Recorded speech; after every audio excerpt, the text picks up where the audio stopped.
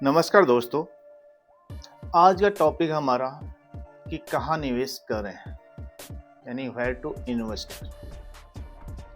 बहुत लोग पूछते हैं कि निवेश कहाँ करना चाहिए, कौन सा निवेश सही होगा और कितना रिटर्न मिल सकता है।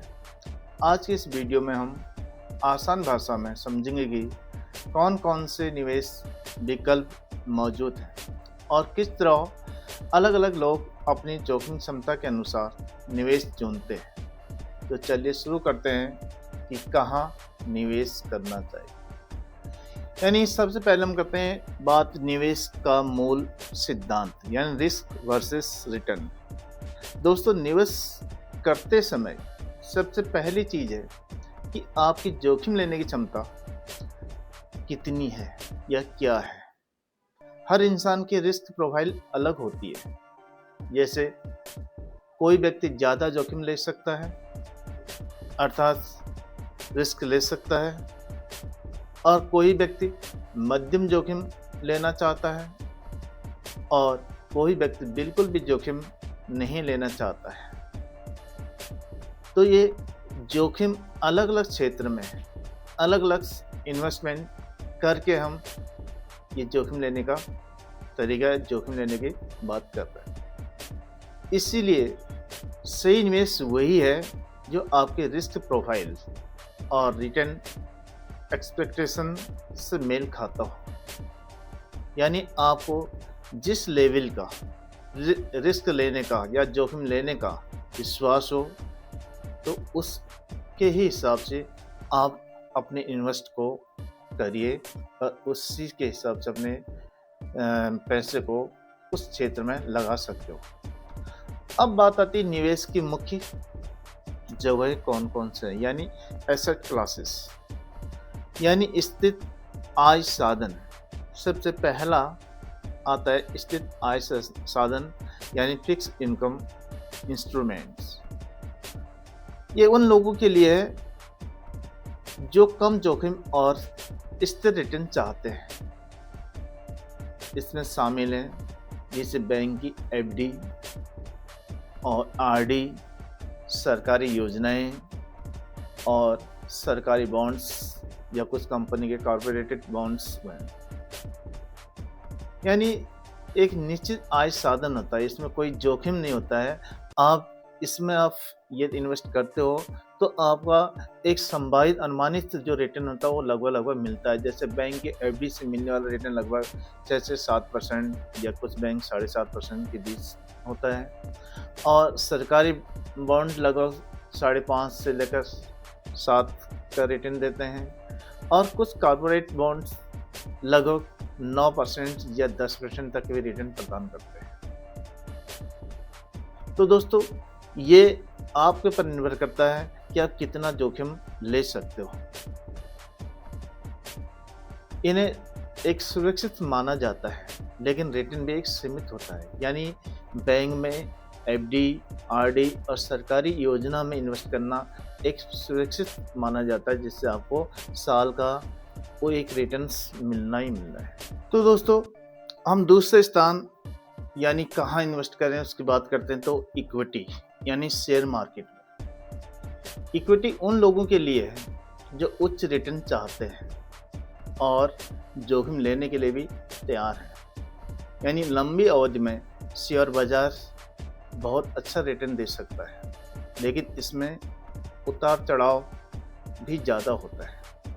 पिछले 10 से 15 वर्षों में हम भारतीय इक्विटी की बात करें तो लगभग 12% से अधिक का CAGR यानी कंपाउंड्स एनुअल ग्रोथ रेट्स के हिसाब से उसने रिटर्न दिया है। इवन भारत की कुछ बेहतरीन और अच्छी तरह की जो संचालित कंपनियां हैं, यदि आप उनमें सोच समझ के निवेश करने के लिए यानी करते हो और लंबे समय तक रखते हो, तो 20% तक का CAGR दे सकते हैं, यानी मिला है। इस क्षेत्र में आपको इन्वेस्ट करने से पहले काफ़ी सोचना पड़ता है और नॉलेज लेनी पड़ती है, तभी इस क्षेत्र में आप इन्वेस्ट करिए, क्योंकि थोड़ा जोखिम भरा होता है। यानी भारतीय शेयर मार्केट जो है एक जोखिम वाला क्षेत्र होता है। तो सबसे पहले आपको इस फील्ड में घुसने के लिए क्या करना है कि बिगनर्स हो तो अक्सर आपको म्यूचुअल फंड में इन्वेस्ट या एसआईपी से शुरुआत करनी चाहिए। तो दोस्तों तीसरा क्षेत्र जो आता है हमारा रियल एस्टेट्स, यानी ज़मीन और लैंड पर भी आप कर सकते हो, यानी ज़मीन, दुकान, मकान जैसे अचल संपत्ति में भी आप अपना इन्वेस्टमेंट कर सकते हो या इन्वेस्ट कर सकते हो। लेकिन यह लंबी अवधि का निवेश होता है और इसमें देखें रेंटल इनकम के साथ साथ इसकी कीमत भी समय के साथ बढ़ सकती है, लेकिन इसमें ज़्यादा पूंजी की ज़रूरत पड़ती है और लिक्विडिटी यानी पैसा तुरंत मिलना थोड़ा मुश्किल हो सकता है।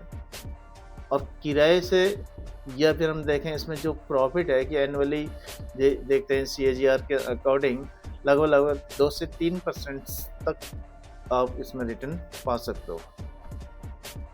उसके बाद बात करते हैं हम कमोडिटीज़ यानी सोना और चांदी या कोई भी और मेटल। बस कमोडिटीज़ में सबसे लोकप्रिय इन्वेस्टमेंट की जो चॉइस होती है लोगों की वो सोना या चांदी, यानी सोने पर इन्वेस्ट कर सकते हैं या चांदी पर। ठीक है, लोग इसे महंगाई से बचाव यानी इन्फ्लेशन हेज के रूप में भी इस्तेमाल करते हैं।